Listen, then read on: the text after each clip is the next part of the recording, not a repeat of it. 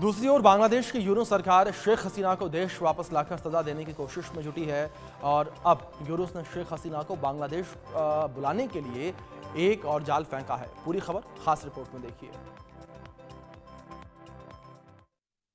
शेख हसीना को बांग्लादेश बुलाने के लिए यूनुस की नई चाल, यूनुस की धोखेबाजी, हसीना को फंसाने की साजिश। यूनुस ने रची साजिश, हसीना को देंगे फांसी।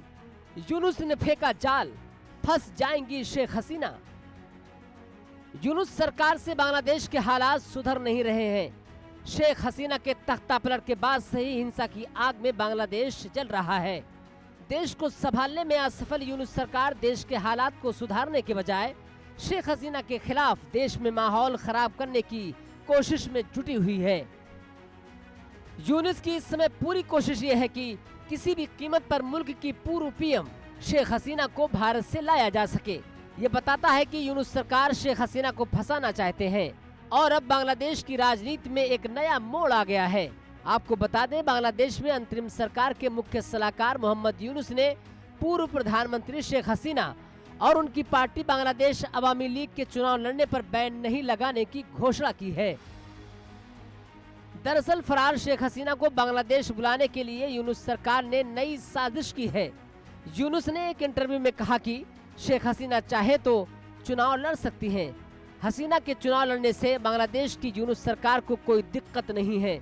बांग्लादेश की पूर्व पीएम शेख हसीना के चुनाव लड़ने पर यूनुस सरकार बैन नहीं लगाएगी। बांग्लादेश में दूसरी पार्टियों की तरह शेख हसीना को भी सुविधा दी जाएगी। मोहम्मद यूनुस ने आगे कहा कि अंतरिम सरकार चुनाव को निष्पक्ष बनाने के लिए प्रतिबद्ध है। सरकार अवामी लीग समेत सभी पार्टियों को समान अवसर देगी। यूनुस ने यह भी कहा कि अवामी लीग पर प्रतिबंध लगाने की कोई योजना फिलहाल नहीं है। यूनुस सरकार का यह प्रस्ताव सुनने में लोकतांत्रिक लग सकता है, लेकिन इसे एक चाल के रूप में देखा जा रहा है, क्योंकि अगर शेख हसीना वापस आती हैं और चुनाव लड़ने की इच्छा जताती हैं तो उन पर तुरंत पुराने और नए मामलों में कानूनी शिकंजा कस सकता है। वैसे एक तरफ जहां शेख हसीना को बांग्लादेश में लाने के लिए यूनुस ने जाल फेंका है, तो वहीं दूसरी तरफ यूनुस सरकार पर शेख हसीना के हमले जारी हैं।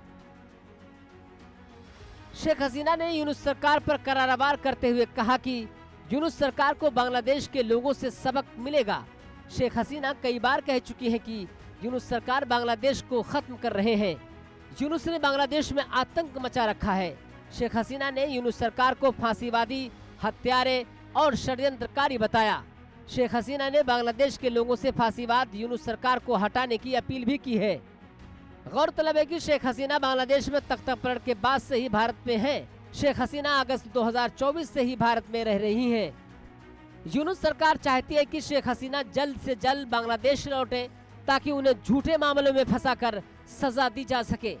लेकिन शेख हसीना के तेवर देखकर यही लगता है कि शेख हसीना यूनुस के फेंके हुए जाल में फिलहाल फंसने वाली नहीं है। Bureau report, India news.